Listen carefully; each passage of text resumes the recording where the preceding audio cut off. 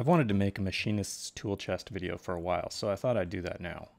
My design is modeled after the chests made by Gerstner & Sons in Ohio. The entire box is made from one large piece of walnut that I had, and it was mostly all milled and resawed off camera. This one knot is going to end up being on the inside, but I filled it with epoxy anyway.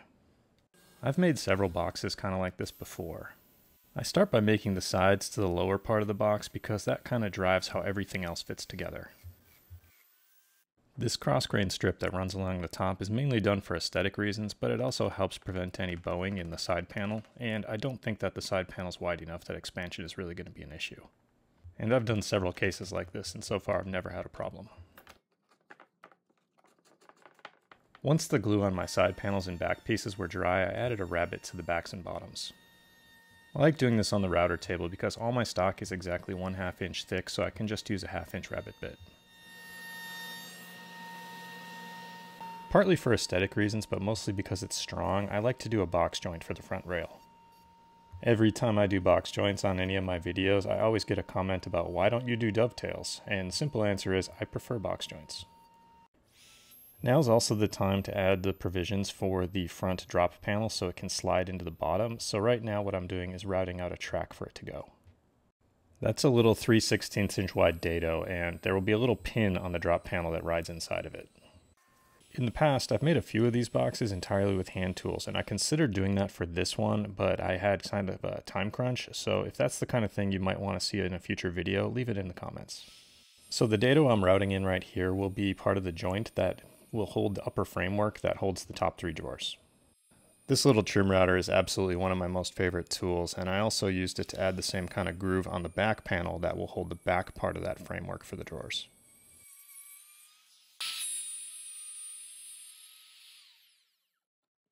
Before this box can be glued together, I have to make sure I add absolutely every single hole that it's going to need. So right there, what I did was drill the hole that will hold the front panel lock pin.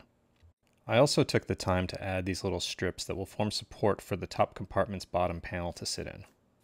This 23 gauge pin nailer is a new tool that I'm using on this project for the first time, and so far I'm loving it. And I bought that tool myself. This is not product placement.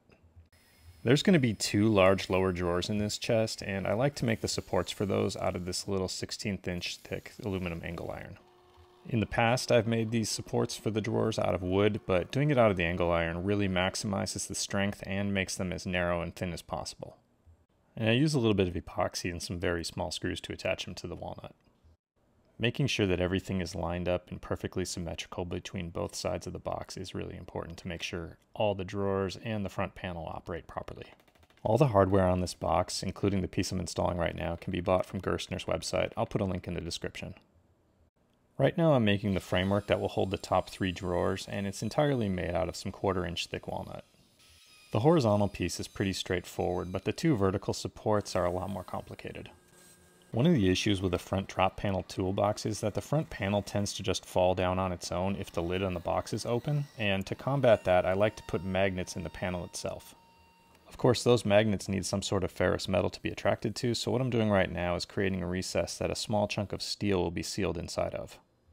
After gluing that steel in, I use a little tiny piece of veneer to cover up the hole. It has to be really thin, otherwise the magnet won't work.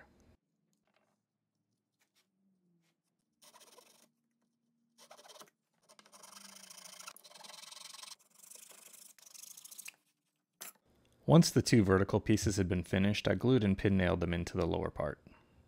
Even though these pin nails will hold the joint together while the glue dries, I still use clamps and some 1-2-3 blocks to make sure that they dry square. So now after 4 minutes of video, you can see how these parts fit together. The bottom is just a piece of 1/2 inch plywood with a walnut strip glued to the edge. I pre-cut the pieces for the drop door off camera. All 4 pieces will have this groove cut into it, and then the 2 long horizontal parts will have tenons cut on the end. This will facilitate both the joint and the floating panel.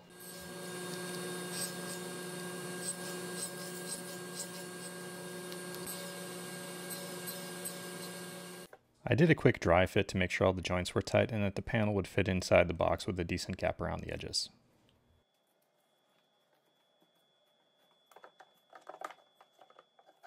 That looked good, but I still needed to beef up the bottom corners where the pin would be inserted. I laser cut some small templates so I could get the shaping on that beef up properly and also get the hole drilled in the exact right spot. This was the first time I ever tried doing the shaping on these beef ups this way, and it worked great. I did attach my workpiece using the masking tape and superglue method because I wanted it held as tightly as possible, and regular double-sided tape doesn't do that. When those side pieces were all done, I glued everything together with a 1/4 inch thick walnut panel. When the glue dried, I test fit the door, and here you can see what I mean about it just falling down on its own.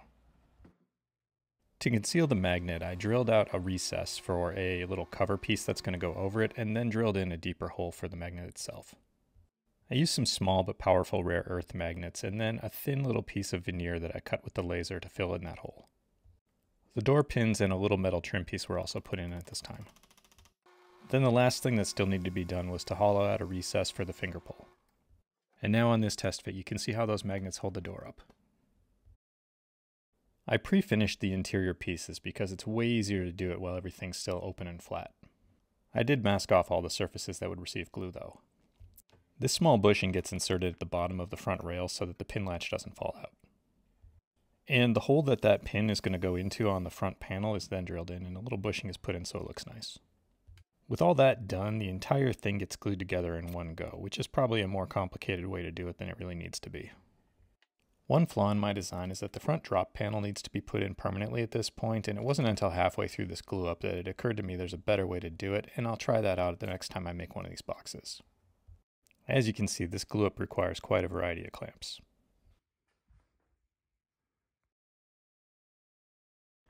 The lid is pretty simple. I do a basic little box joint on 1-inch wide pieces of walnut, although it doesn't create the strongest joint by itself. Smaller fingers would have created a stronger joint, but I wanted to keep the same aesthetic as the lower part of the box.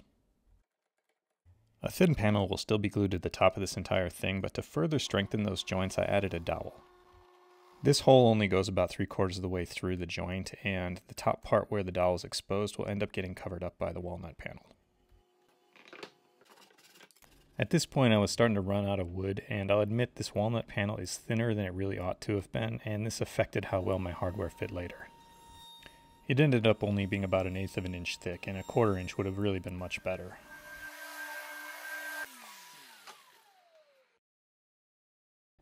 The nice thing about the internals on the drawers is I can use up some of the sapwood scraps that I have. All the pieces for the drawer box themselves were milled to be a 1/4 inch thick.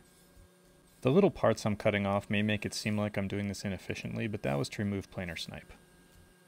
I set up my box joint jig for 1/4 inch thick stock. There are a lot of different ways to do box joints, but this little router table jig is my favorite. It makes cutting all these pieces go really quick, which is nice because gluing them together can get really tedious.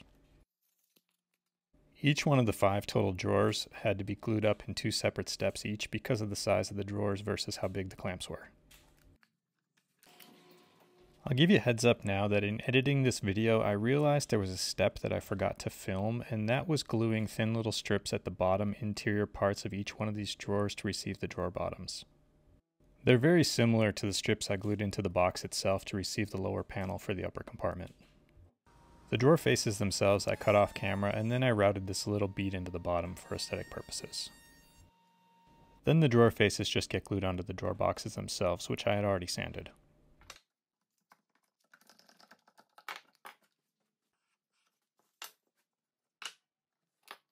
And here you can see those strips I talked about earlier as I glue in this drawer bottom. The bottom itself is just 1/8 inch thick hardboard.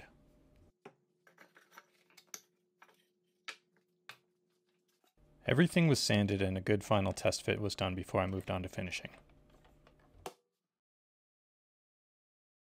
I finished the entire box with Rubio Monocoat Pure.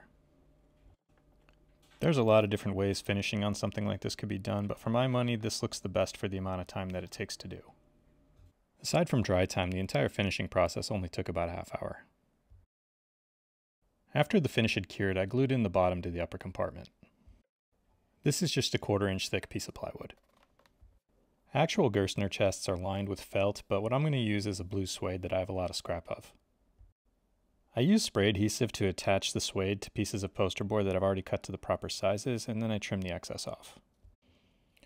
I'll use more spray adhesive on the back paper side and then put the entire piece down into the box, and I find this is a lot easier than trying to glue the fabric directly onto the wood. The drawer bottoms, any unfinished areas, and any exposed plywood gets lined.